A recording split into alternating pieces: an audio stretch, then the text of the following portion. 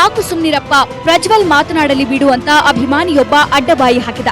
ಆಗ ಸಿಟ್ಟಿಗೆದ್ದ ಸಿಎಂ, ನಾನು ಹೋಗ್ತೀನಿ, ಅವನೇ ಮಾತನಾಡಲಿ ಬಿಡು ಅಂದ್ರು. ಆಗ ಪ್ರಜ್ವಲ್ ಮಧ್ಯ ಪ್ರವೇಶ ಮಾಡಿ, ನೀವು ಮಾತನಾಡಿ ಅಂತ ಹೇಳಿದ್ರು. ಮಾತಾಡ್ಲಪ್ಪ, ಇಲ್ಲಿ ನಾವು ಮಾಡೋ ಕೆಲಸ ಕೇಳು. ಮತ ಹಾಕ್ಬೇಕಾದ್ರೆ ಆಮೇಲೆ ಮಾಡು, ಇಲ್ಲ ನಿಲ್ಲಿಸ್ತೀನಪ್ಪ, ಮಾತಾಡ್ಸ್ಕೊಳಪ್ಪ. ಯಾರಪ್ಪ ಅದು?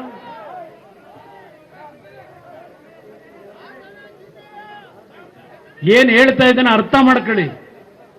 ಈ ರಾಜ್ಯದ ಜನತೆಗೆ ಸಂದೇಶ ಕೊಡ್ತಾ ಇದ್ದೇನೆ. ಒಟ್ನಲ್ಲಿ ಹಾಸನದಲ್ಲಿ ಗೌಡರ ಉತ್ತರಾಧಿಕಾರಿ ಎಂದೇ ಬಿಂಬಿತವಾದ ಪ್ರಜ್ವಲ್ ರೇವಣ್ಣ ಅಖಾಡಕ್ಕೆ ಎಂಟ್ರಿ ಆಗಿದ್ದಾರೆ. ಇನ್ನು ಎದುರಾಳಿ ಬಿಜೆಪಿಯ ಎ ಮಂಜು ಎಂಟ್ರಿ ಹೇಗಿರುತ್ತೆ ನೋಡ್ಬೇಕು.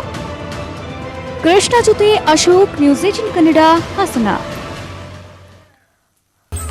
ರಾಷ್ಟ್ರಪತಿಯಿಂದ ಪದಕ ಪಡೆದ ವೀರ ಸೇನಾನಿ ಹುಟ್ಟೂರಿಗೆ ಬಂದಾಗ ಭರ್ಜರಿ ಸ್ವಾಗತ ಸಿಕ್ಕಿತು. ವೀರ ಸೇನಾನಿಯನ್ನ ಶಾಲಾ ಮಕ್ಕಳು ಮುತ್ಕೊಂಡು ಹೂ ನೀಡಿ ಸ್ವಾಗತಿಸಿದ್ರು.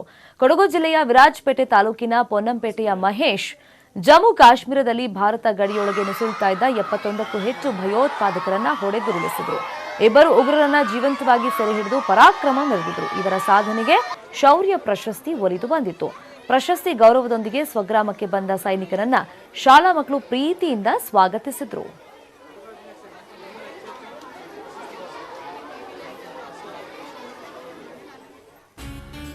ಇದು ಇವತ್ತಿನ ಕನ್ನಡ ನಾಡಿ. ಈಡ್ಗಾಯಿ ಒಡಿಲಿಲ್ಲ, ನಾಮಪತ್ರದಂದೇ ಮಹಾವಿಘ್ನ ಮುನಿಸಿಕೊಂಡ್ರ ದೇವರು. ಈ ಬಗ್ಗೆ ವಿಶೇಷ ಕಾರ್ಯಕ್ರಮ ತೆಂಗಿನಕಾಯಿ ರಹಸ್ಯ ಇದೀಗ ಪ್ರಸಾರವಾಗುತ್ತೆ. ನೋಡ್ತಾ ಇರಿ ನ್ಯೂಸ್ 18 ಕನ್ನಡ. ಜಾಲ ನಮ್ಮದು, ಬಲ ನಿಮ್ಮದು.